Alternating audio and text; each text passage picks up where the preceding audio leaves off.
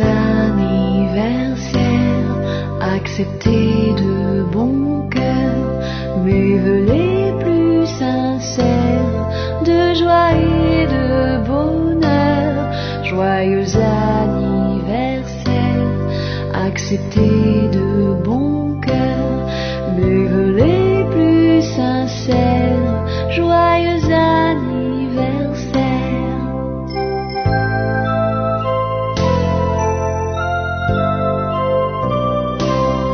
Joyeux anniversaire. Joyeux anniversaire. Joyeux anniversaire. Joyeux anniversaire.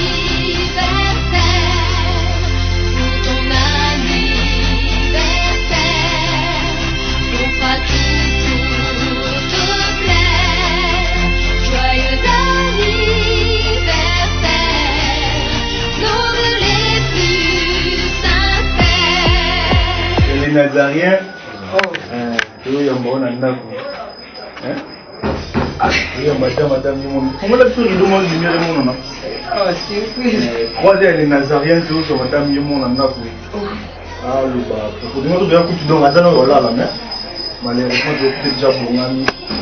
Il est à la case. Mais évitez madame, surtout le bain. Oh, oui, franchement, les Kenya, bonjour. La bataille, franchement, la bonjour à Nzambe, la pour moi, Jésus Christ. De la carte la chambre, la programme, qui est bureau, qui est ça, Nzambe, de Nazareth. Nous, moi, Kabana, Bandeko, travail là-bas. Quand il va y avoir ordinateur, moi, on a qui n'a pas d'âme. Donc, il va me mettre dans la box là-bas pour travailler dans tout. Mais la monde va vraiment bailler. Anniversaire, ils ont raté malheureusement. Les Nazariens, ils ont raté. Ils ont raté. Donc, ils n'ont pas déçu. En fait, ils ont bien ça dans la vente. C'est un bien, merci beaucoup. La Péris, Scotty, JP, comme tu as dit, dans mon année. C'est que ça fait beaucoup de ce qu'on a dit. Et nous avons surprise. Nous avons aussi été routine. Nous avons la mouka, nous avons aussi parce que nous avons les Nazariens pour ça 3 ans. Nous sommes forts, on a les données les Nazariens pour ça 3 ans. Je dis non. On a cadeau nous soutenons ça. Moi, je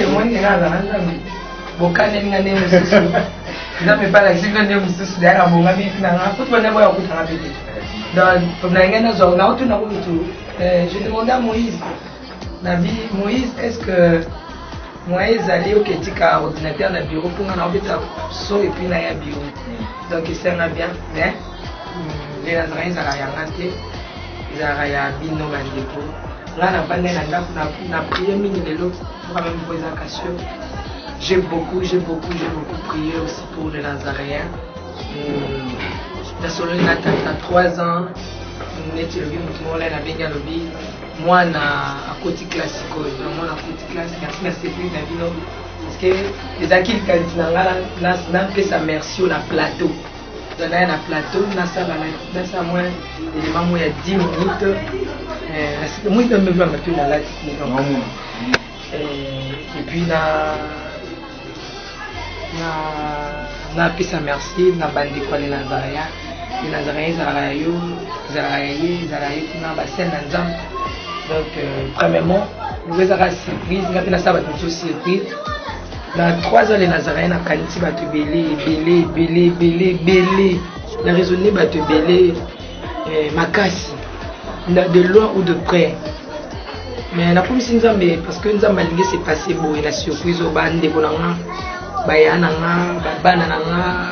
bien aimé les Nazariens, premièrement, je dirais, dans le cela les Nazariens, les Nazariens, mais les lotis. Tous les écoles, il faut pas tout ce qu'on a bango, les acquis, les Nazariens, ça la taille inanité. Zamba confondre bango, mais merci Nzambe. Je dirais premièrement merci à Dieu. Le 13 octobre, c'est aujourd'hui, je dis merci à Dieu. C'est Dieu là qui m'avait permis à ce que Kinga Nazariens n'ait le débat, n'ait pas Oyemba. Nazariens journaliste, n'atangela en pété, n'ayeba en pété dans ma bande.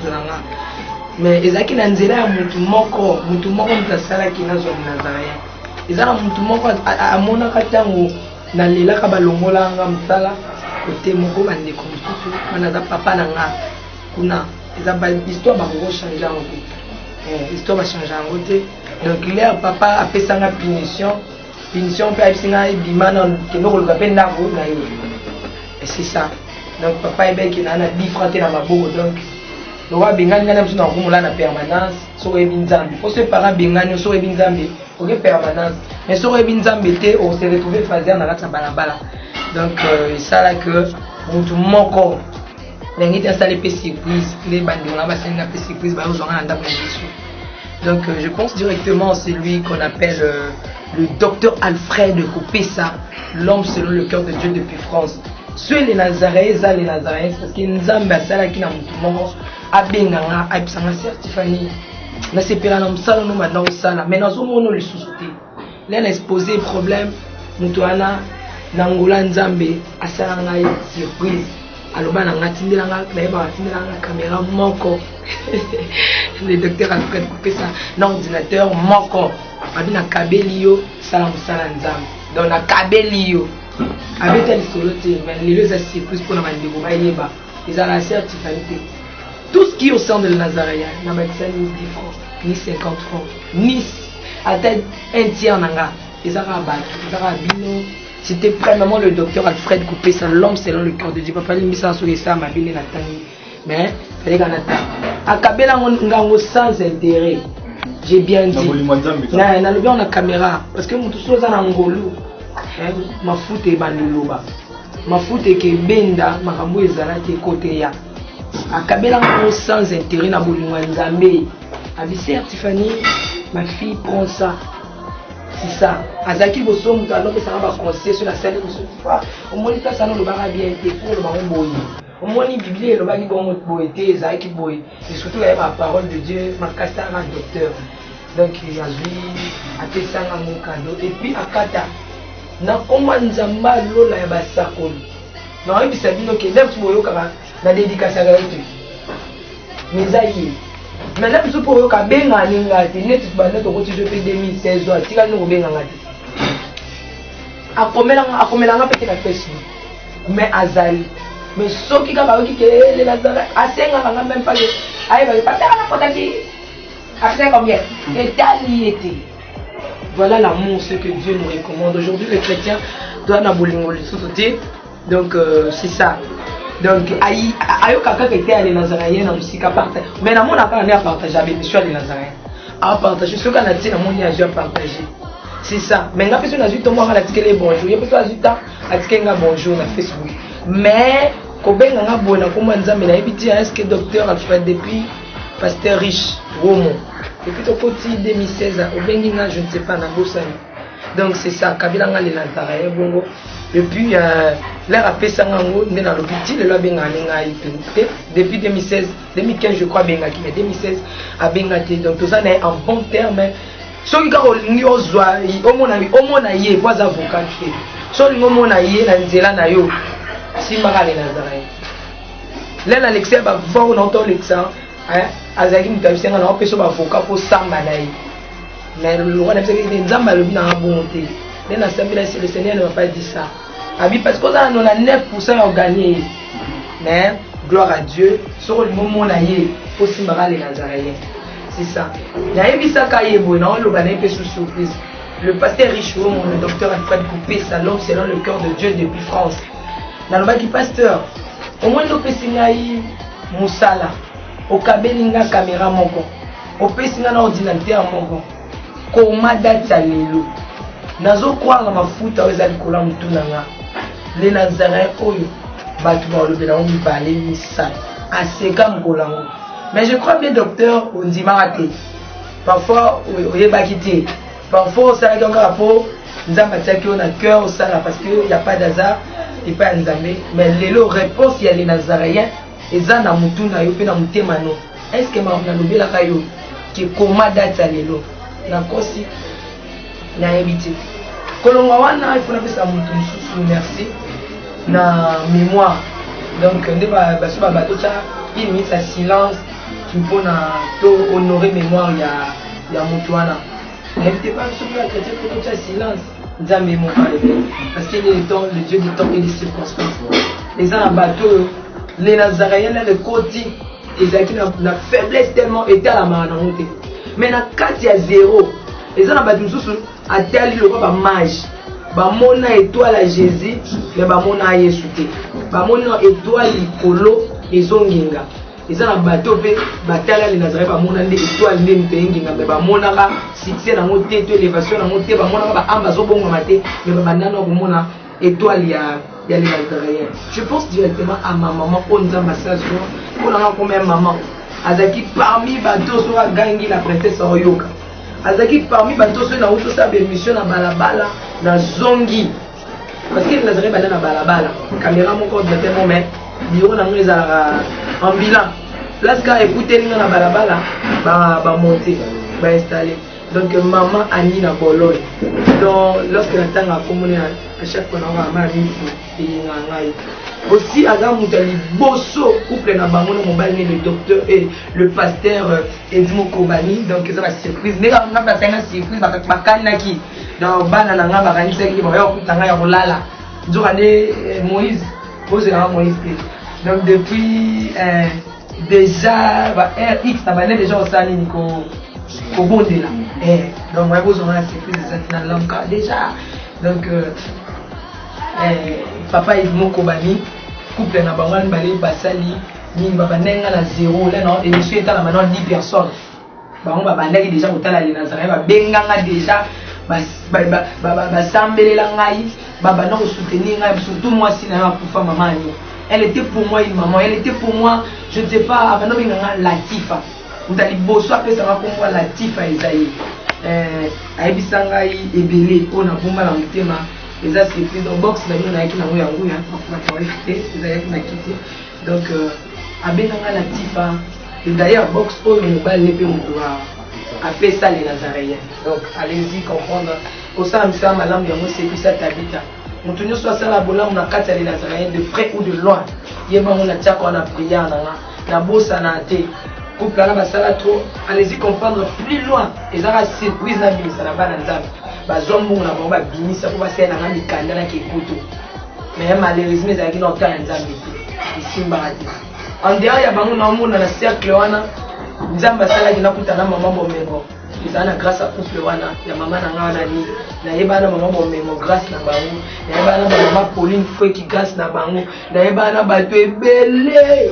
Na sima na bango basoka nga bakotisa na États-Unis tout ça va partager ba benga bato mais bana bato belé la grâce ya couple na Italie mais to obete susu ma solo ya bandeko ba bandali na Nazaréens na ba ki on émission moko pesa mutunya so merci les Nazaréens nazo kanisa mobile ya mundu mais na moi c'est pembe bato ba bandali Nazaréens kala ba yebango mais je pense que na 4 ans les Nazaréens 5 ans au moins ba dimusu ba kieda mobile mundu mais na moi si ya pembe donc Serge Makazola azaki première cameraman na les Nazaréens wana soit a auto filminga bozongi boye bokoi na balabala soit na ponda kuniza na tunnel na tunnel au moins na tunnel wana directement azo ko vendre ça la tunnel ya côté na ndako neza moi studio na la tunnel mais parce qu'on répétait que na banek wana à l'époque on là la permanence na c'est na mabele mais eux ont va les Nazaréens là mais certes fallait on là na permanence l'église les Nazaréens la tunnel na mabele ce que c'est le wanzambe c'est un nzambe so da nzambe te mais c'est quand même makana kolonga na Serge monteur à liboso les Nazaréens nazali na mutu comme on est Hervé Lola monteur à liboso les Nazaréens atima les Nazaréens kolonga bango ba ndeko na kata difficulté ne tolo bakaka ezana ba batambola na Yesu mais comme côté mon ba wanga la kiye awanga la Yesu pour amona ki difficulté au pire atambola na Yesu mais awanga la kiye dia akaza yebi ba mbete film ndio ndika mo mbete film ezaki na oya yete ezaki ya Pierre ndika ma wonyo kama les Nazaréens ezaki na mo vision na nga na ebonga na mbete ezaki ngai mais likambu ya basi bango bakasenge eza pasi osalaka pasi na pasi bakokaki te parce que tu vas nako zatana eloko monte bokina osala émission fele bozongaka ofele et d'ailleurs ezalaki kutsona keika pendant que na osala bémission na bane pe oyemba so ba pesi ngama mbona nga yemba na futeli bango transport na futeli Hervé lo la transport parce que non na mbinza musika au pesi mo $5 mais ba koka kité senga ki ba kité ba expliquer nga calmement Tiffany en tout cas to kokaté so enza mosunga avant to même fin du mois bo mona penga bino kisa bango surprise to filmer bango ba mona bandeko ba kokaté dans le calme to tikala to ko zo bandeko mususu ba ki ba remplacer mais il faut nga la pesa merci mingi même na ba o ba kenda basala musana les Nazaréens ils ont pia mutema na nza nga yanga moko na invité et puis ti lelo na bandeko bazali na omona bandeko bazebele bazali na les Nazaréens tout ça ti lelo les Nazaréens ningi longa na tunnel les Nazaréens ils ont place grâce à nan yanga ti nzambe grâce ya frère ya sœur ya pasteur ya servant de Dieu ya ndeko X songolo alinganga na musupa inanga pona batu ba inanga ba pesa pe moi makoki na ba ko les Nazaréens ils ont bureau.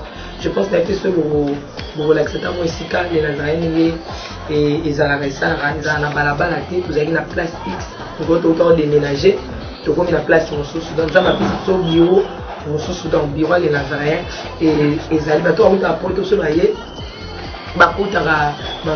en dehors de ça moi l'avancement les Nazaréens tout le monde va pasteur belé pourquoi pas n'attendre ba maman pe belé surtout ba maman balinganga mingi maman Anne Kalambai pour moi c'est une grande sœur mais je la respecte beaucoup je l'appelle toujours maman parce que derrière un grand homme une grande femme ezali papa nangai na France mobali na ye dans la lingaka mingi na mon papa je t'aime beaucoup de l'amour du Christ papa Kalambai à chaque fois il y a des problèmes bah c'est pour interrogatoire ba bien pourquoi pas na le aussi merci na couple européen parce que les Nazaréens dans la marana na ba pototé même na ba Lubumbashi na Kinshasa tout ça et dans la marana mais na zolo ba mingi bato ba bibimisa ya on a fait ça merci même yo pe mutu na ebioté on prie pour na tout ça au soutenir biso on discuter même pour na au sauver dignité à les Nazaréens nzambe na kata les Nazaréens merci na yo pourquoi pas na le la couple on a béni banda Kinshasa ba notala les Nazaréens ba benganga bazora be mission nga ba tiaka ngona na l'église ba sesi ba campagne ba tie mission na ngai bato bazotala bazobongola mitema tout ça ba kebeni nzamba mitema nguna ba tikite ba kotisi les Nazaréens na beni ba futaka mbongo be mission na ngai eleka na ba radio eleka na ba télévision bazo même ba journaliste ba convertissaka be mission na ngai na audio tout ça c'est vraiment pour moi d'inviter couple oyo Piame donc papa Moïse et maman Maria Piame donc ba bisous et belé pour la base peka ba parents donc papa passo bosi belé papa kiala papa base belé hein et belé et aussi na pesa mbote na ba Espagne ils ont pasteur Mofé à soutenir ma paix na ba prière et puis à Benganga le pasteur l'apôtre Albert Okoko na Espagne Zama Pambolo ba yaya na ngai na Londres ba na Suisse ba na Canada et aussi il faut noter le Cambo les Nazaréens za site ya liboso na basi no so ya basi les Nazaréens je pense à na King ya site ya liboso oh un simple journaliste quinois plutôt à sali d'abord les Nazaréens et puis Nanzela Manzambe na humilité surtout la princesse donc Tiffany et na obo sanate banani maman na Canada ya na tanga kombo na été abisanga Tiffany oza humble mutal boso benga ngai ya mibale bon mutal boso benga princesse za papa bozanga. Et puis au moins, toi tu es princesse, mais princesse du sang. Non, moi, je suis mais papa, pourquoi le bien, et puis la PC sur papa, merci. Donc, c'est papa, donc papa Michel, je t'aime beaucoup, mon papa. Surtout, témoignage, témoignage dans 500 témoignage les Nazaréens mais le roi les Nazaréens parce que les Nazaréens notamment le 13 octobre on a la Botama le 13 novembre 13 donc les Nazaréens le 13 octobre on a le 13 novembre dans novembre le 13 les années anniversaires il y a la princesse maman Nangana a Benanga Nathalie États-Unis Abinanga Tiffany, ils disent baza humble, pas seulement humble, mais tu es la princesse de l'Éternel.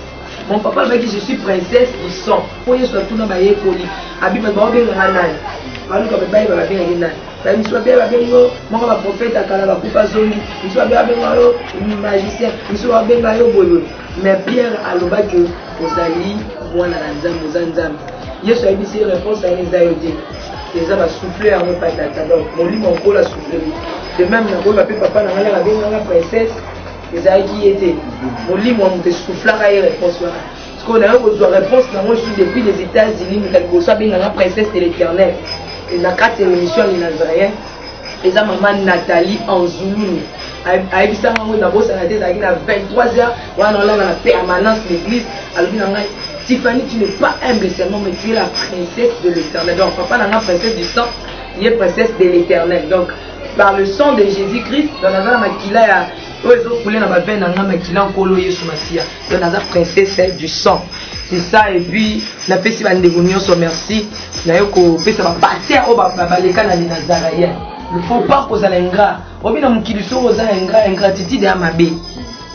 Et ça te pour discuter là mon tout on va nous l'obéir au bout c'est le là mon surtout ya ça non et ça genre nanga ce n'est pas la genre nanga ça na mutima nanga unzamba pesa ngai na kokokangila mtu kanda te na kwaza na problème na mtu tie puis na banga makasi kolanda na otende cette Tiffany alobaka donc nazala na ebiti na bino de bolo basiko mais ngamo na miye bana banga makasi mais so lukenga makamdo mona mtu ni ya sima ngai. Donc, on a merci à pasteur tout, les cas les Nazaréens, à 3 ans, on a travaillé dans pasteur belé. Mais ceux qui parfois ont été travaillé, parfois on a le pasteur Dirto Malouano, le pasteur Bandi dans les Nazaréens à 0, le pasteur Charles Lou, le pasteur Bandi dans les Nazaréens, Bandimaki, il va y avoir mais on dit risquer au légal. Voilà, tu as un pasteur local, un pasteur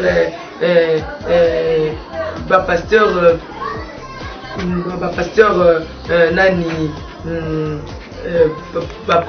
c'est bien, aussi, moi, on a qui mangaï, donc, mais pourquoi pas, on va merci à pasteur Vincent Makela.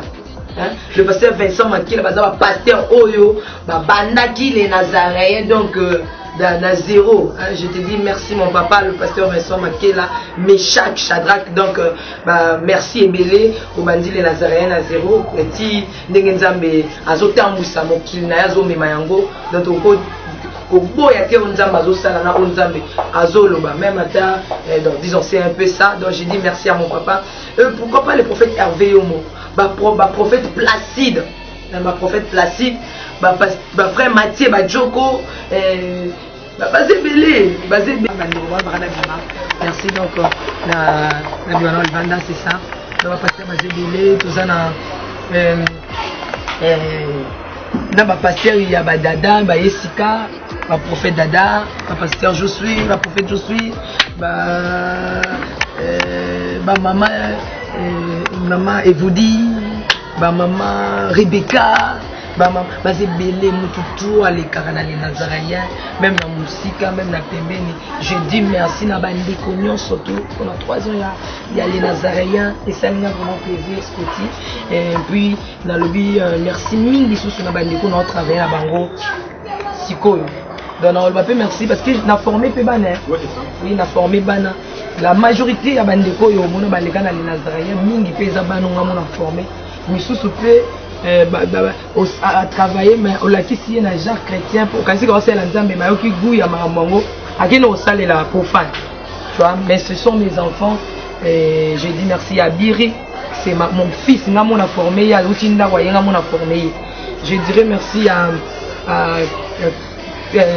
fils yepingam na formé à dans la site profane à bien présent la site profane na formé moi ba nebelé toye na mona ba Audrey Makela ba nonga mona formé autinda kwa yenga mona vandisi na ngola nzambe na formé ba Chris Makela aussi nga mona formé ba Gilda Den nga mona formé ba JP Djongi toujours donc il y a toujours pembeni ba mbonge mon pépé donc nga mona formé les lots fait tous nazo pour ça fait pas gentil ba ya mais ngate na former ya qui sala les lots tous appellent la Scotty en fait il y a les Nazaréens voilà quand il y a les Nazaréens Monterre donc 3 ans Monterre à les Nazaréens tous appellent na Péri Mapatiko donc moi la maman Mimi Mapatiko donc en France moi la maman Mimi Mapatiko moi le chapeau voilà moi la maman Mimi Mapatiko donc Péri,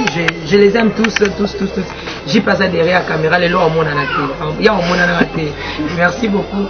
Na pesi bande kotou. Maman Anne Kalamba. Bande kotou, maman Louise na France. Na bosse na tam monter ya na Londres. Ya na Londres ba big salutation, Et si na semi ki na Carmélie, na Kinshasa, boza bande ko ebele.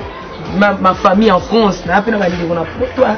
Bolingo na ngala bata France et matara ba papa letinanga ba tata mwasi nanga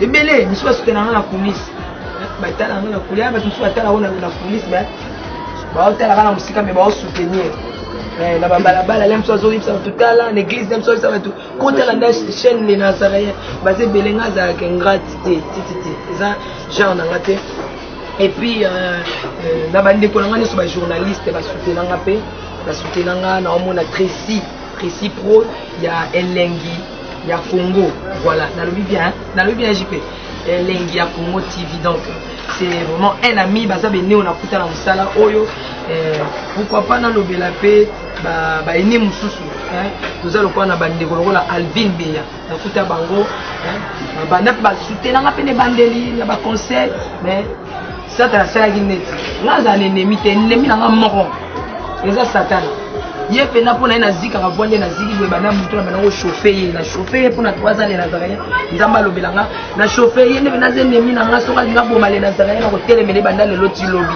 ennemi na ngeza la mutu te donc bandeko bonjour bandeko na nga ba Alvin Beya ba journaliste lokola ba la mignonne de la presse congolaise ba ça bandeko ba yesima na musala wa net kuta ki biso pe déjà ba big salutation la mignonne ya mobali na ye c'est si faux voilà aussi pourquoi pas aussi ya mutu alinganga wana azalaka moko na pesi ba gros bisous belé na ningyo mingi je t'aime aussi beaucoup et pourquoi pas na ba journaliste kanyo surtout et ya na ngai pe wa ezaka mingi soka ekin ayaka ko pesa ngambote je l'aime aussi beaucoup talaka journaliste ya munene boya makasi so awuti poto ya ti na bureau na ngapi na kitisi ko tikr ayo pesa ngala princesse la humble bonjour eza mande fois pembe Didier Massoudi mande fois pembe na ba papa na nga wana za papa le papa proverbe 33 ba salutation ebele je laisse passer belé papa Bobo pourquoi pas étoile du ciel na bondela ka nzambe na baka kolo ba site profane eze belé nzambe salango luki ba site chrétien peut koma ebele to moni lelo ba étoile du ciel payé donc kokazate la princesse a eu na yebi parce que na salué pe il y a des journalistes comme échappé un peu mais to koma la kala pe na Facebook to pe ça na rapé ba mbota y ma rapé émission na nga pe na ma émission na ye donc toi bien imité c'est ça mais pourquoi pas na ninga souki ça pour nous amener la Suisse à m'amener surtout muto ayebi origine na été ok n'était on a yebi origine nga na oka sonité pe na banga te so les amabe papa na ngaki funa na l'état na ndanga souki na tangi funa na l'état papa na tabeto fimba papa na yo so ka opekisa ngala tanga kombo na ngala otanga kaka ko ngala yebi origine te la bima bo ete na musala na uta quelque part de Nazaréens eza mwana ya donc auta bima quelque part na yeba ka musala ote donc ezalaki pona nzela ya mutu moko alakisanga musala oyo kombo na ye Pierrette Batinde mwasi ya Roger Itoto donc ye mpekisanga connaissance oyo mais pour les longs nazala oyo na kombo na ngai na ngola nzambe 2 ou 3 personnes ba yebi eza nzela msuta et uta na mapata te je dis merci à mon boss le patron du Casarema tu es vraiment mon boss le frère Blaise Manzambi. Papa, le frère Blaise Manzambi, je t'aime beaucoup, aussi na maman. J'ai passé de bons moments dans Katia Kazarima. Obi baza na bango mais wana pena za mwasi. Wana pena azali mwasi après Blaise Manzambi. Pena mwasi azaki mama te avant. Omona aobenga azo pesa ata papa siliki moya bengi tifani kolela te. Pena moni Blaise azo makako na musala. Tu vois, donc la petite merci beaucoup et belé Nabandeko Nyonso. Je vous aime beaucoup. Le baiser belé témoignage à l'Inazraï Zali mais les longs zambo. Nakokite kobombaye naba musicien o ba soutenir nga pe bazanga été baya nanga de ningonde ba frère Patrice ba papa nanga de ningonde plutôt ba frère Patrice bandeko nanga lokola Marius c'est son frère ba bien aimé na biso Marius.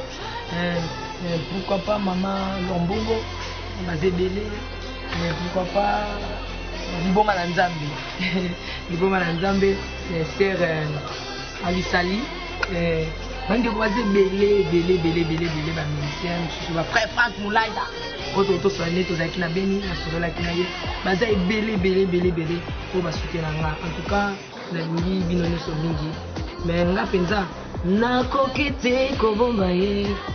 Nakokite kofanda kimya nakokite nazanga maloba nakokite kobombai yawe pona bolamu oyo osaliye nakatali nazanga na 3 ans bolamu oyo yawe osaliye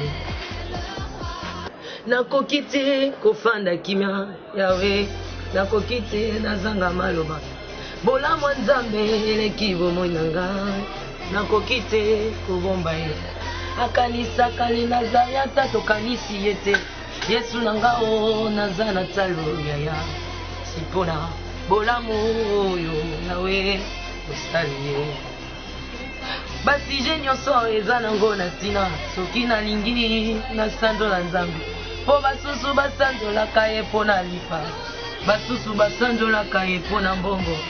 Si je n'y en sors, les alambolatines, mais à condition que aux alamosanto, si pona, bolamu oyo, osaliye. Na etonga maboko nanga likolo, molimo nanga esi emati, binzoli na miso, eza kotanga, bomituni eza pona ni. Nazire kongeta te, natali kalaye. Si bolamu nyonso nazwi rétroviseur natali kala na 3 ans bolamu nyonso nzambe asali na lobi merci Jésus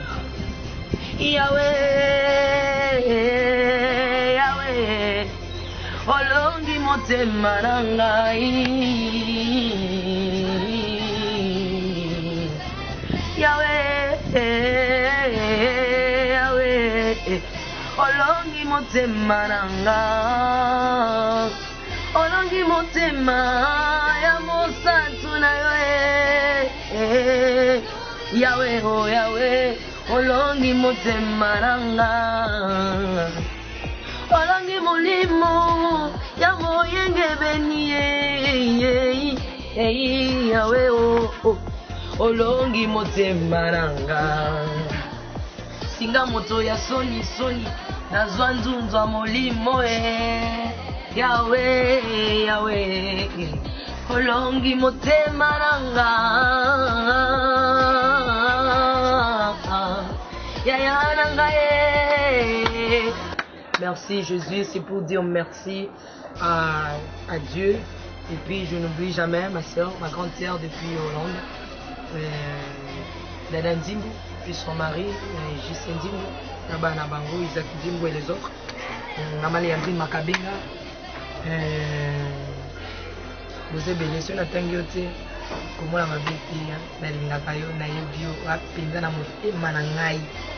Apinda na kata Motema Nangai. Pour me Ningate, Batanga Makumula, on a cadre politesse.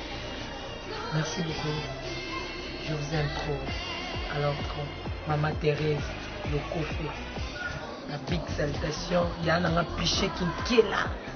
Ciao. Oui, bonjour. Merci Elboso, JP Diomé derrière la caméra. Caméraman A sur la carte bureau des Nazariens, Tipi. Le Elboso à caméra, dans le cadre de 3 ans, il y a les Nazariens. Mais ça dit qu'il y a des Mahara pour nous. Coupé ça va. Ma salutation dans le cadre de la joyeuse anniversaire, 3 ans, il y a les Nazariens. Il y a aussi une année. Les Nazariens, les Nazariens, ça fait 3 ans que c'est une année.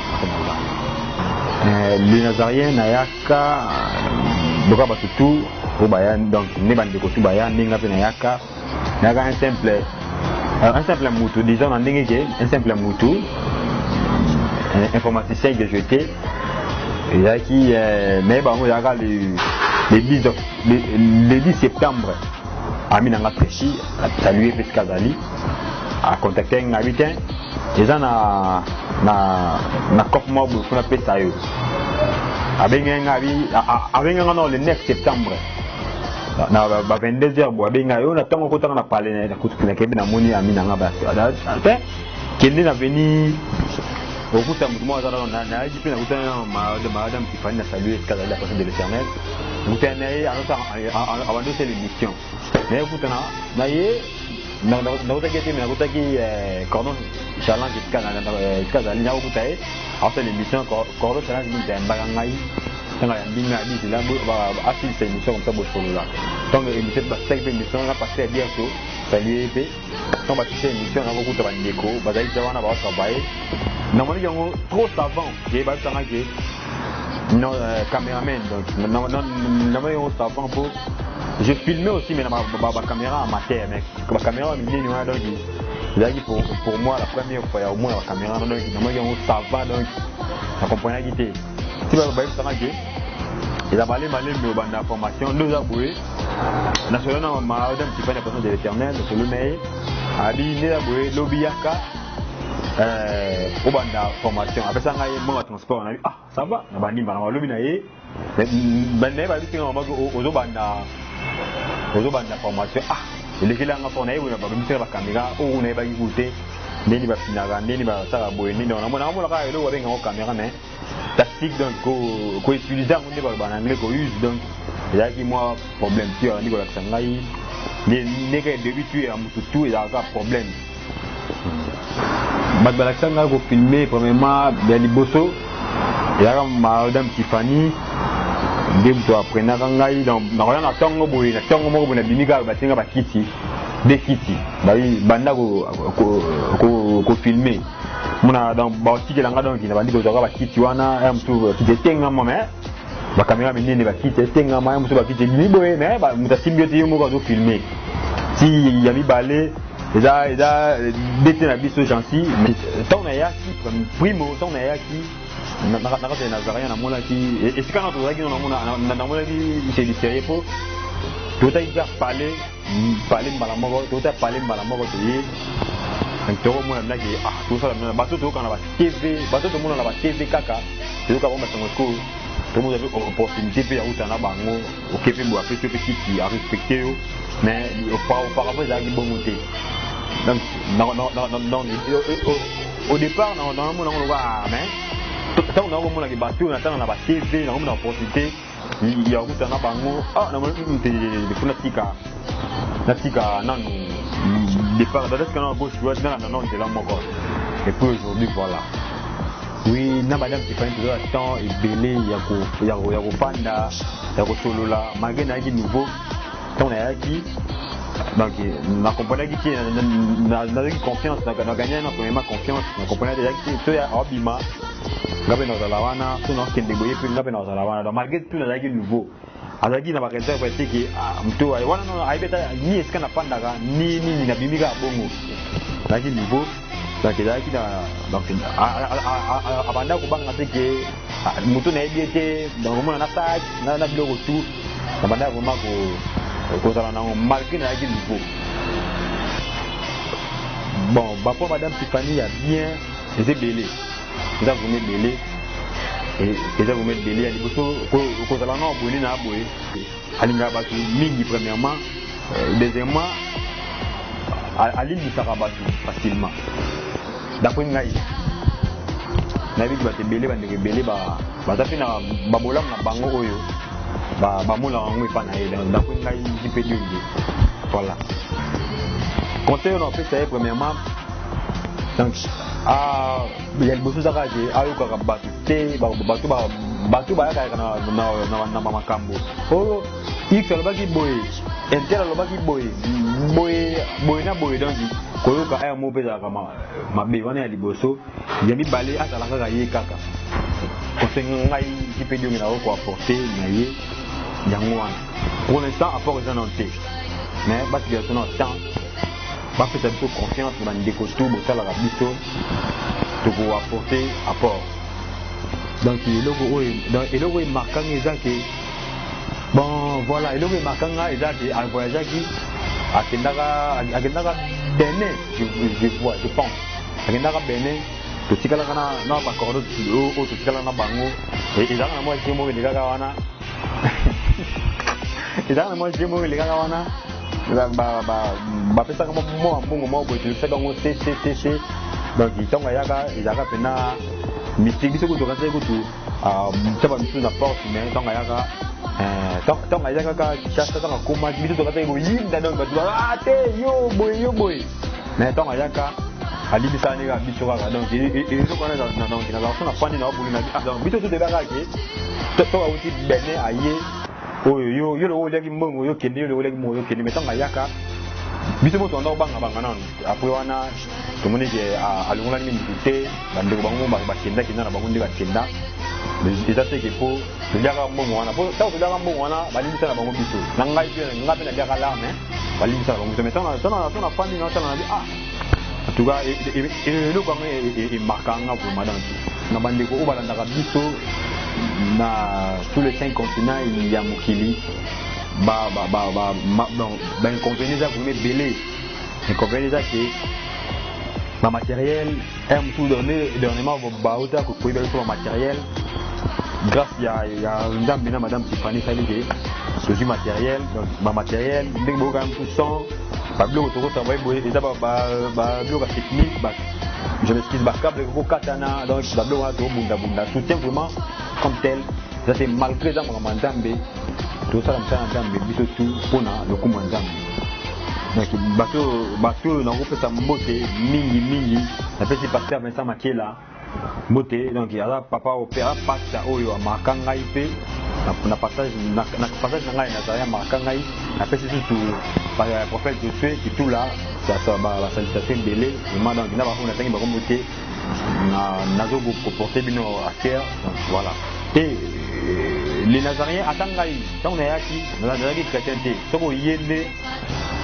atmosphère oyo kutana ka Nazarien de sala ke yo mbongwana donc technique BG oyo kutana kati on sala ke yo mogo Hollanda Zelanda mais depuis yo mogo madame Tiffany prière to donc du fait que on mona ba jara na yo mogo etinga OK o mabe ko prier mais ya teki ba kata ka te ezana ba biso to mona ba yaka ba tsaba ba mindelu banini mais tant ba kobaka awa ba blo on les a pas touté donc vraiment pour se comporter le rôle ba chrétien vraiment là na ko ba mwana so na ba boti mbai na pesa liboso maman na biso maman aboti ngai Clotilde Mété donc yi wana na pesi pena papa wa boti ngai Benjamin Diongue voilà quoi merci je vous remercie.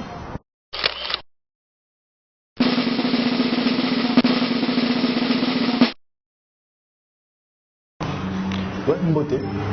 Nga Scotty, vrai nom nga Isaac Glody. Oh, papa na mamba bote nga Isaac Glody.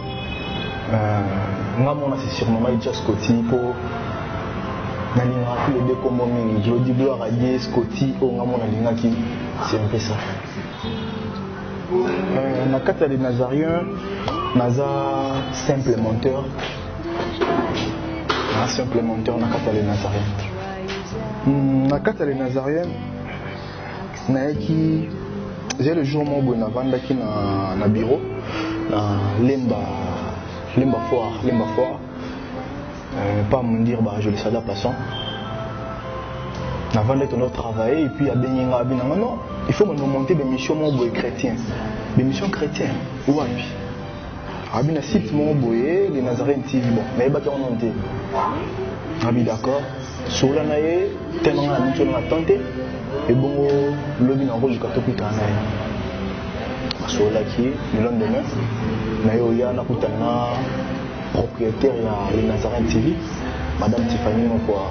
Je l'aime beaucoup, je salue aussi en passant. Mais écoute, Anaï, expliquer moi, bakani nindeni, ba travailler en Nazarien, na écoute, ben de comme choix, non. Expliquer moi ndeni on travaille, puis non, je suis d'accord, on peut travailler. Ndé to bandem ba mako travailler na Catalogne Nazarien TV. Et là quoi est impressionné na Catalogne Nazarien, on est la montage d'émission. C'est d'abord sérieux na couture. Et puis qui bon zambe za na kati donc vite am susunga mo so na ba nzela mo na ligne mo boye en tout cas aux ambaments orientés dans la direction oyo peut-être nzamba bonisa la kiyo c'est un peu ça là on a mona bien pas ya madame na ngai Tiffany moko alimate ba ba na tronzala les gens qui sont au travail muki bolia au premier tour vous à deuxième tour donc le groupe nous c'est ça n'a pas na et puis à ça clair na bato sous c'est l'eau moins mabe avec sauter salabo alinga mingi ko solo puis ngamona linga trop li solo et puis alinga mingi ko solo na bato c'est un peu ça mabe na ye en tout cas vraiment beau skizer côté mabe non vraiment na moni mabe mon côté tout ce que dit mabe na le banette mabe ni asala rani na moni mabe on a ko le baté à propos na mabe vraiment ça en tout cas discipline na ye que d'abord elle m'a retardé et puis elle m'a sérieux sauf que bandi musala en plus et là au moins le barceau te continue na musala sauf que vous êtes bossou ya machine na makambo na yo concentré na makambo na yo et puis na kata musala vraiment elle m'a makambo ya tout ça ba GP tout aux assos pe ndenge donc oh on a linga moté bon et nous on a encore rassuré bandeko au bolanda biso lelo occasion c'est que le biso to mona lelo na TV na bino boyo ka biso peut-être nga monteur oyo kanga lelo mona nga lelo na ba image et ça d'abord 3 ans na biso ya Nazarien occasion yango wana donc anniversaire na biso de monde si biso le na TV et nous on a encore assuré bino que d'abord tout ça bah tout ça en erreur sur mon erreur quoi hésiter benga il ça ce que ça boy tout le carton bon ça tout le carton mais le robot tout ça bah tout dernièrement tout perdre ba matos complètement donc beaucoup de casso mabe beaucoup que l'or moi mabe donc vous comprendre biso biloko ba ça la tuer tout ça biloko bien qualité to perdre au moins mingi mais tout ça la fort pour tous ces sabino ba téléspectateurs na biso bolonga les Nazarene TV to les babino to monde toujours tout ça là toujours moment bien pour Nabino. Et là on a vacciné les Nazariens ils ont noté mais je suis sûr dans les jours suivants pour cette chance pour permettre à biso de temps pour travailler dans madame la carte des Nazariens mais il y aura vraiment de bonnes choses. Il y aura de bonnes choses. Et là le vaccin la connaissance nanga Marambelé d'abord un il est beaucoup à monter aïe ah ça la bouge mon ah baki ça bouge tape sur moi il baki monter vie connaissance na yo mon ah chaque fois on chaîne na tala madame aïe bi faut chaîne ndeni et le baki ça sur connaissance vie tape sur des na pembe na ye ba oyo baki ça les autres on l'appelle sous moi maïe le mouké de cela betelanga c'est qui sangai tant de débat de ménage qui on a beaucoup de débat de ménage bon le bureau monsieur et puis tant on va le bureau tant qui travaille pas minimum quelque part côté il y a une place à Vandaka maintenant le bureau et puis selon moi betelanga wana c'est qui sanga makasi za ka tondo ba papa machine ma travail abeti nanga le mot bonheur la publicité abina rabunda sacrifice pour la famille donc et le c'est que ça nga makasi yango wana c'est que on a pas la tout mon so biso beto la ndaka donc c'est un peu ça et le c'est que ça nga yango wana Bon, et le coup est là que moi il dit d'abord madame Tiffany est chrétienne et ça que et puis elle a trop le sambo mais éviter arme chrétien ils a d'abord prière et puis ils a Bible azanga ngoti na sac na yemo binga mwa munduki alors na éviter aux appels na ye vite solo la na ye vite tout ça vraiment temps ya solo là or mama musala na éviter soki oya za nango na kokipe ko bakisa mo mkenga o nga na yebi na mama mo bonzambe pona bandeko batala biso na kati ya musala eloko nga ko loba ezaka que bolanda biso bolembolanda biso te to ça be fort ya osepesa bino ya opesa bino ba information kati ya kolo donc muto ozaita mususu na problème mo boye bando déranger vie na yo vite sur la table sainte.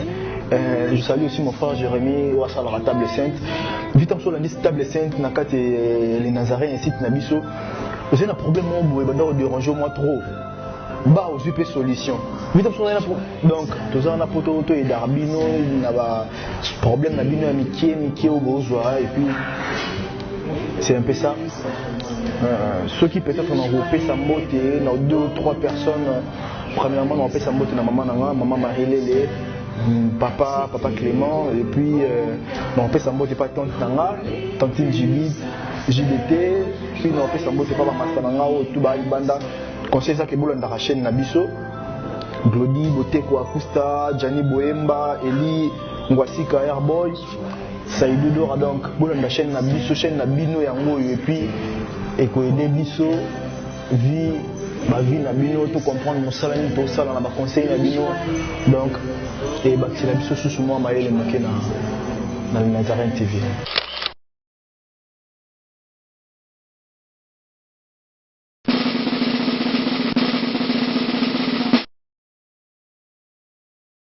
Bonjour, comme on a Péri Mavatikou.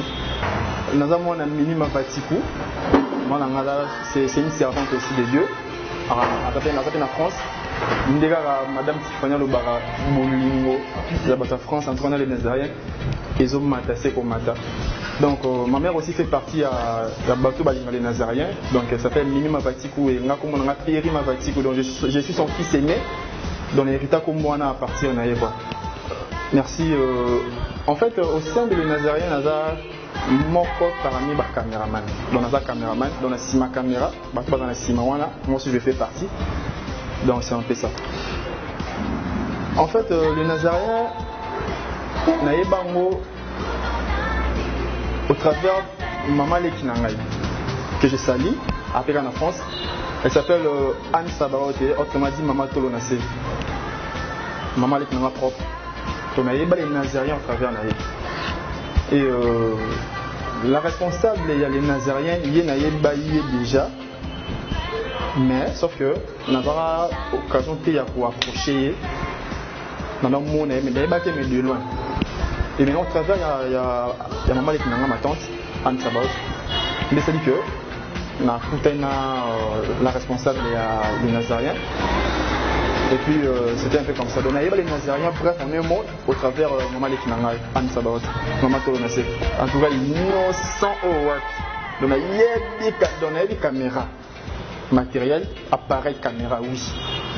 Mais, qu'au filmer, on a filmé, on a interviewé, on a fait, ça doit moi bon. Qu'au filmer, on a filmé, on a dit qu'on filmer, qu'on a dit qu'on filmer. Or, qu'au filmer, c'est une norme.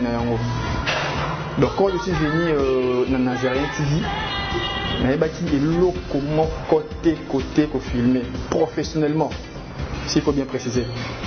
Et maintenant au sein il y a les Nazarene TV, c'est par là qu'on va prendre et là on va filmer professionnellement. Donc c'est un peu ça. Le lot a diminué de bosser à la caméra les Nazarene TV. Parce que c'est le 3e anniversaire, le 13 octobre 2016, 3 ans de Nazarene TV. Donc voilà pourquoi on appelle Nami Bimissi, on a battu Tamara Nassima. Nami Bimissi, on a un mot par rapport aux Nazariens pour la chaîne Nabiso, chaîne Namouya Mokile Mobimba. En fait, premièrement, par rapport, il y a Madame Tiffany, que je salue, qui est mon boss. m'a dit moi tant trop t'es aussi au fan de l'année, peu au fan normalement au sein de Nazaré TV. Mais sauf que j'ai eu à comprendre et à voir quelques points, mais pour pendant où il touche à ma casse, c'est pas Madame Tiffany que Asa le rôle équatorienne Mobo, n'est pas Mongala Mobo, je sais pas trop ce gars Mongala, mais en huis clos, une box dans tout néant. Pourquoi j'ai dit à Mongala? Elle est directe. Soit déviée, on dit là, à bon droit, à tout mais la banga moto. À tout le fond, on a permis à Jésus. Soit il s'est comporté malhonnêtement, à Roé, il s'en bat la mort. Et puis quand elle dit, elle oublie. Donc, quand moi ma casse, et là où est ma femme, mais avec le temps, comme on dit la petite vient à manger, je vais encore plus découvrir ma qualité ainsi que ma défaut. Si je peux conseiller à la dame Tiffany, je dirais que parce que c'est elle la visionnaire.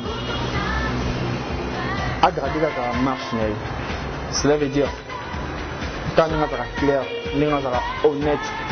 Nous avons bossoté parce que bossoté c'est-à-dire qu'on a mis là pour bossoter ça a aggraver la ligne on a peu importe parce qu'il y a des certaines personnes comme on dit comme net venu dans la France les barrières les venu dans le poteau la vérité blesse mais ce n'est pas la faute à la personne, c'est la faute à la vérité.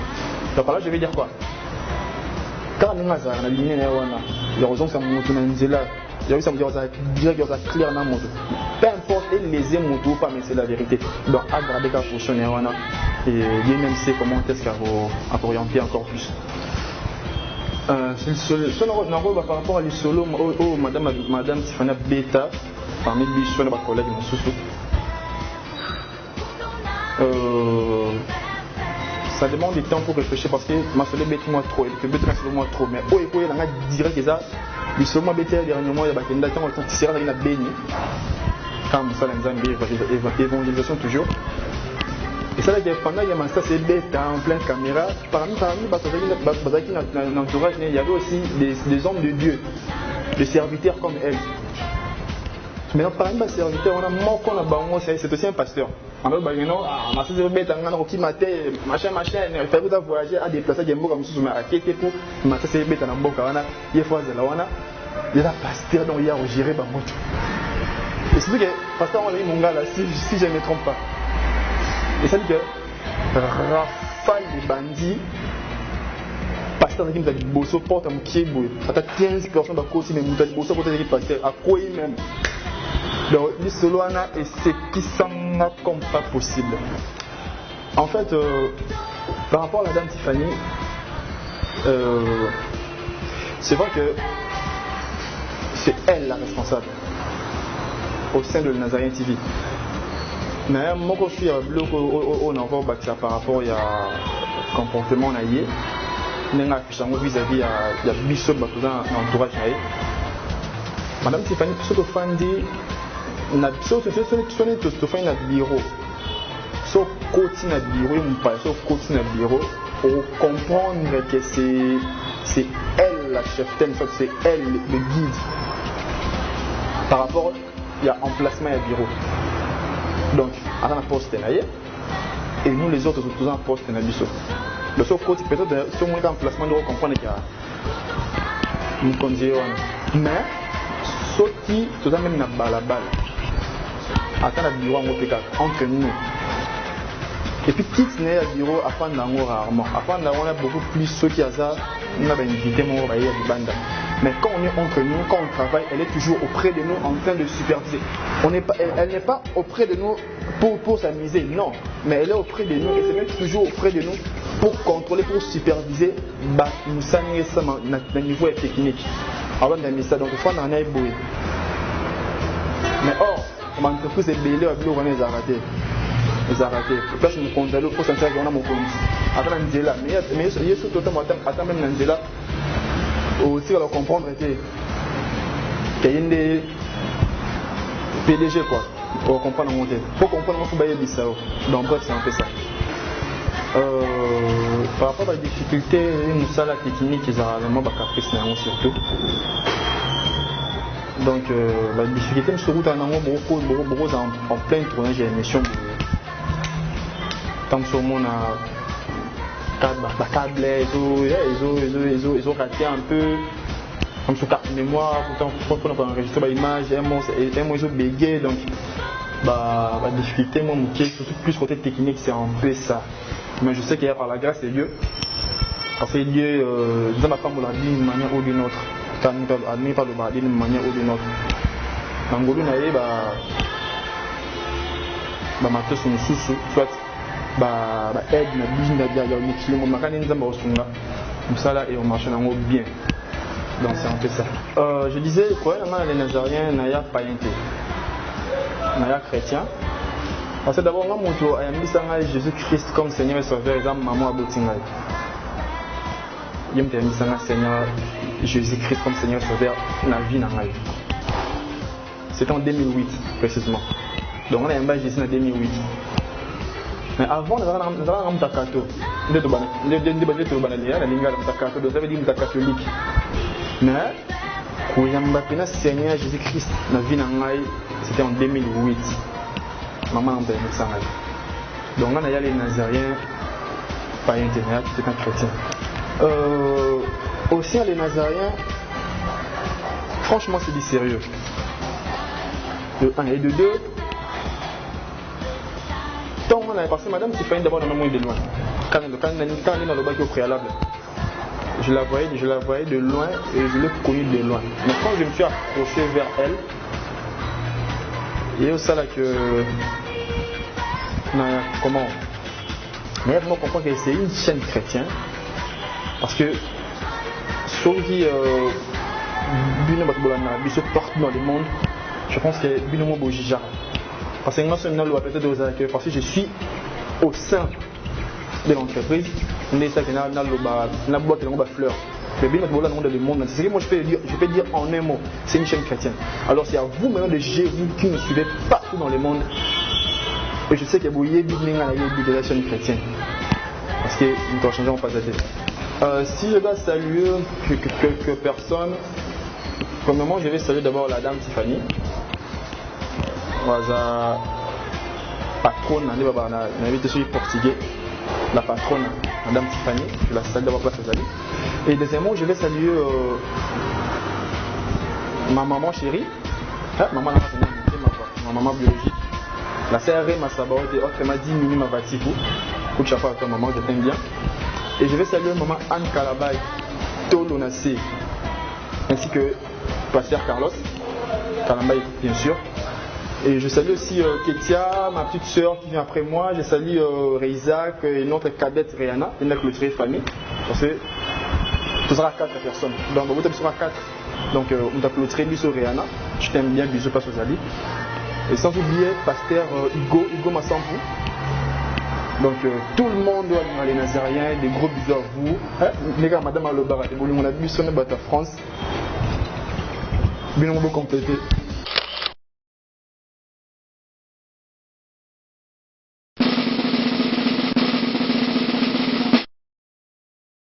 Shalom, shalom à tout le monde, peuple de Dieu, je vous salue au nom de Jésus. Je suis très heureux de me tenir encore une fois au devant de vous. L'opportunité est Pessa Melingapa, la première dame de cette chaîne, Maman Tiffany Mokwa, la présidente du Parlement Céleste.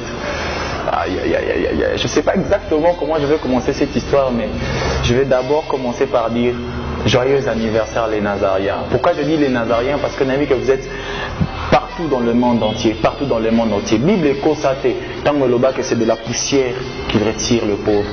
C'est du rien du tout que le Seigneur prend l'indigent. Bible est constatée. Nous avons appris à faire de l'éternel les délices de nos cœurs. Apesabiso Tolinga les Nazariens.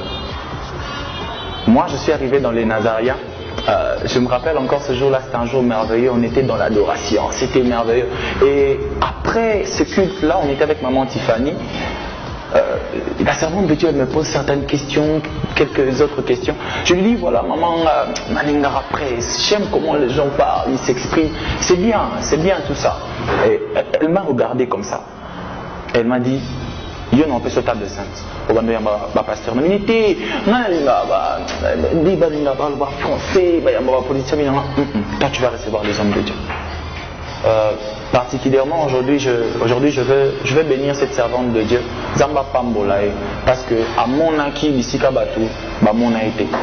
Elle avait vu même au-delà de ce que les parents n'ont pas vu en moi. Elle a cru en moi. Maman Tiffany, que le Seigneur vous bénisse. J'aimerais aussi bénir particulièrement une dame, une merveilleuse femme aux côtés de son mari, Maman Tolonacé, Anne Kalambaï. Que Dieu vous bénisse, maman. C'est au travers de vous que j'ai connu Maman Tiffany. Les Nazariens, 3 ans. Waouh. Nanzamba Siso Salanabi Soté. Nana Silicité. En effet, j'ai passé un bout de temps avec Maman Tiffany. J'ai passé un bon bout de temps avec elle. J'ai remarqué que c'est d'abord une servante de Dieu. Elle a en elle beaucoup de potentiel pour amener les Nazariens ici au Nzambago Zelelango. J'ai eu ma formation à Katia Chen. Donc j'ai appris à vous parler tel que je l'ai fait maintenant dans les Nazariens. Une grande dame qui fait bien son travail, mais l'œuvre humaine, qu'est-ce que j'ai dit? Bien qu'elle soit sortie entre les mains du Seigneur, mais Azam monte. Elle a aussi ses défauts, elle a aussi ses qualités. Par rapport aux qualités, j'en ai déjà cité plein. Les défauts, je dirais, elle aime son travail, elle aime ce qu'elle fait. Mais je ne sais pas exactement comment employer, mais je dirais que il faudrait qu'elle partage au fait ce qu'elle a au-dedans d'elle, avec les gens avec qui elle travaille. Azalora fleuve moko, et zozi la batuba mi boaka. Mais azosa la inondation te na mokili. En termes simples, ce serait Maman Tiffany, s'il te plaît, impacte les gens avec qui tu es. Batubazo tournoy, impacté bamo. Tu as un grand potentiel capable de faire la tsunami dans l'Afrique, dans le monde entier.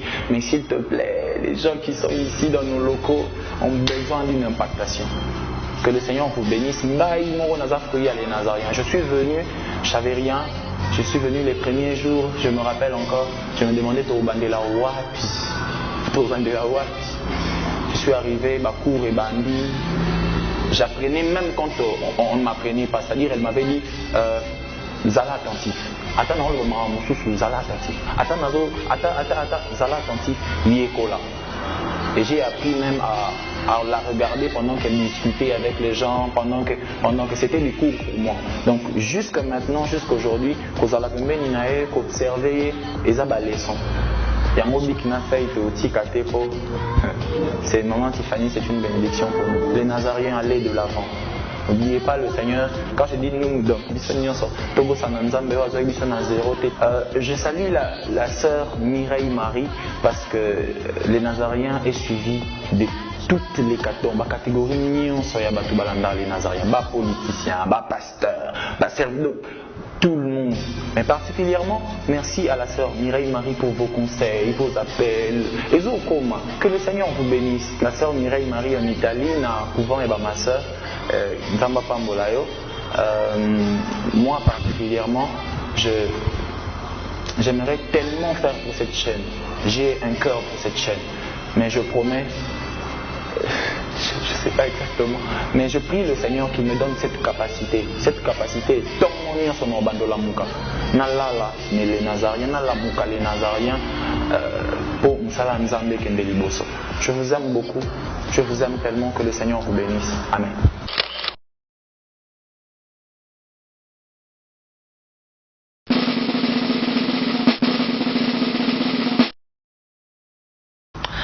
Je dis bonjour encore, bonjour aux enfants de Dieu, bonjour. C'est bel et bien la princesse de l'Éternel, la Sainte Tiffany Mokwa, la humble servante de Dieu pour les autres, par la grâce de Dieu, humblement, la présidente du Parlement céleste député. Donc par rapport à l'œuvre de Dieu que nous faisons, comme nous sommes là pour un peu essayer un peu d'ouvrir le peuple de Dieu les yeux, comme la Bible nous dit, quoi. Et il y a ceux-là qui disent que je suis un député de l'Éternel. Dans le sens, ça m'avait été, c'est ça. Donc, bref, la sœur Tiffany Mokwa. Je suis bel et bien dans les Nazariens. naza na esika na ngai nalingaka mingi kosalela nzambe donc na bureau ya les Nazaréens, na cadre des Nazaréens, malgré bien-aimé, bandeko basalaki na surprise na tongo, on s'attendait na montée. Moi je croyais faire ça ici comme je l'ai fait tout de suite là, mais c'était une surprise vraiment agréable pour moi. J'ai vraiment apprécié des cas pour l'Andawana, mais c'est qu'on des appels na slam ananga les Nazaréens. Moi ici quand on Nzambe bureau Nzambe apesa ngai ndeka lobi azoka ba peuple avandisi bango na ngwende na kiti. Donc c'est ça c'est quand les Nazaréens na poto ko 3 ans oyo les amis balem sabte nena bakaka chef des Nazaréens Nzambe, c'est lui qui est le PDG et nous sommes des travailleurs, c'est juste des travailleurs servantes na kati ya les Nazaréens za loko l'église les Nazaréens le secret de l'histoire makasi c'est vraiment la prière et ça la réussite c'est les Nazaréens 3 ans surtout ni maman ou papa ou on sait Nzambe le baga sambela pona les Nazaréens ce qu'on Nzambe yoka no simbonae ninga sambela pona nga sambela pona Jérémie sambela pona Scotty Perry pourquoi pas donc pona JP pona bandeko neso pona ba pasteur neso baleka na kawa sambela pona bango et na retour pe biso pe to tikite Nangola tata tomuka mabolongo na se priera pour que les Nazaréens que ça 1 an 2 ans le 3 ans c'est pas peut-être chose quoi, ça s'écrit c'est la prière, rien que la prière avec Jésus. La bête idéaliste solo na tongo na bête église solo na surprise au bande wa selengai les solaires à mort donc na robeta ngo mulai na omele loté na garder le sola na do bande ko bazora ko balandi wana na debi les solango wana le 3 ans kula na ka rolanka kosambela koluka Nzambe 3 ans les Nazaréens mais les soleils zaga malgré ba femme pépé les Nazaréens ont toujours ça sur la wana na kobeta loko mosusu eza badifficulté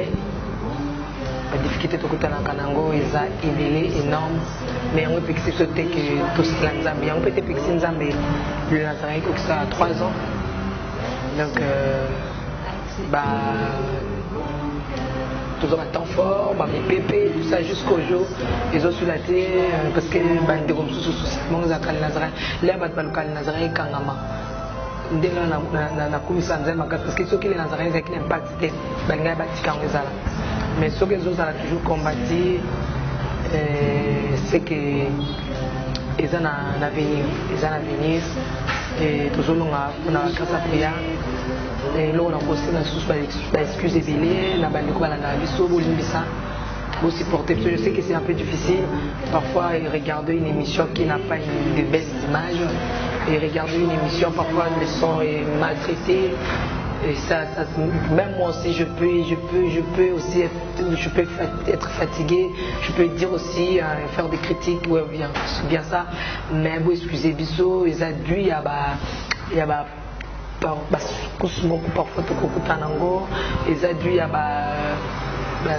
tant trop bêtate mais mingi na senga kala bandeko ceux qui parfois moni ça ne va pas comment soit tu penses Mathieu Makoki ça là ce que le kwana oyo ngezala ezala parce que nyonso ezala katale Nazaréen kobanda na nyonso ezala table awa na nyonso ezala tuna partout na somba telo monte donc ezabana na Nzambe voilà na sala yango donc les Nazaréens les Nzambe les PDG déjà il y a les Nazaréens pour nous savoir pour faire bien na ba prière déjà les Nazaréens za la rabatu balanda biso ngai nazala na kaka la msusu visionnaire kaka mwana musala na kati na salela bango ce qui y a ça ne va pas bo sala que ça ne va pas comme ça va parce que les hommes ça na bino mbolo kotile Nazaréen banana le bon tilelo ndena na rôle ba le docteur Alfred Kopesa kolembate bande oze belé na boina tanga mtutu poisa ba mtuzu ate c'est ça kokamba ba tuza PTT ya PTT za passe makasi parce que m'namba uta na ba éducation na de part et d'autre na ebate un calendrier. Tu sais, la Bible dit, si Dieu donne la vision, il donne aussi la provision. Si Dieu m'a donné les amis, les enfants, moi je les appelle beaucoup les amis. Ce sont mes amis de tout le temps, au travail. Ce qui nous a fait ça, c'est que faut que ça ait mission en mona, que ça ait mato ya oyoka fois. Nous avons besoin de batu, au kamba. Ato ba na mona to ko mona. Ato ba na oyoka to ko moyoka. Ato ba na ko loba to loba. C'est ça. Surtout ni papa na biso, ato tifanya za baba, loba ati. Mais ko kamba batu, esala ki na ko loba. Ko loba pe mingi na musala. Mais tu n'as pas amoureux, je ne parle pas. Mais soit dans mon likambu, je parle directement. Je parle directement. Et puis, na bossé ko kamba batu a fait chose té. Na kamba ba misusu ba kida. Et aujourd'hui, je dois reconnaître que je suis maman. Et na repère ça par exemple. Les ana moko na yamba, abiri dont je sali. Aza mona onga mona bimisi, nga mona formé. Mais un jour la Tindia qui nous représentait parce que moi j'aime pas trop de fêtes. La ligne ba place à l'Oyengete. Je supporte la place à l'Oyengete. La Tindia qui représentait la fête oyo ami mon pays à net à Balaki. Mais arrivé là-bas, Aza évangéliste dans la église na mon frère. Aya les Nazaréens frère évangéliste. Qui donc représentait dans la fête pour qu'il n'a pas de comme ça pour ba filmer qui ont ma grande surprise là parce que biloko to ko tana les Nazaréens soki na zali na landa ono ngamo mais mukolanga na invité ekota kisangena la abini ba musique profane na kati fête étant évangéliste et je l'appelais na tuni question à l'obezagi bilingue na on comprend en côté comment bilingue un chrétien évangéliste placite chrétien obina bilingue cela veut dire quoi kola kamenga na piniri na fait punition ya ça na émission té avanda mais hier na rovanda wana atomboki akelu kasko asala profane na olwani on y a déjà dans les Nazaréens parce que à chaque enfant nous a appelé ça bateau tout ça dans les Nazaréens au moins des encore biso oyo a oumelate oyo ozala boyo oyo ozala boyo oyo ozala boyo c'est ça. Mais pour lui aujourd'hui, on est dans bon terme. Il m'appelle maman. Et moi quand il y a Bataza, tous nos dernièrement la deuil moko. À mon avec beaucoup de respect pour maman. Donc j'aime un peu bien la discipline avec les gens où je n'ai pas mis c'est que na kokamba pe foyer na bien été. C'est que foyer na peu des autres des donc on a réussi ko kambana a bien la rigueur, discipline, c'est ça. Il y a obéir. Encore on dit que sentiment on a za nango na bana nyonso na bimisa eza ya obéir. Sentiment na nga ezali papa moko te akolinga boti mwana la kilema be même ataba oyo basala nga mabe loko bateka nga na za bien non parfois aussi nga pe na za na mabe erreur ça va na cause na ngo mais devant bana na za maman tu vois et même au batumbuka je reste maman.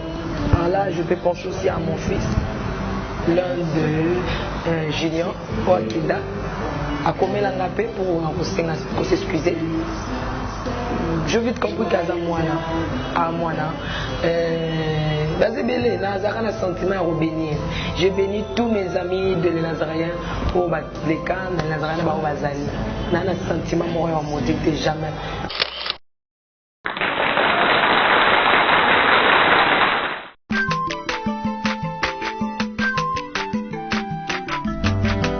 Mwana moto te o akosangai abongwa nipe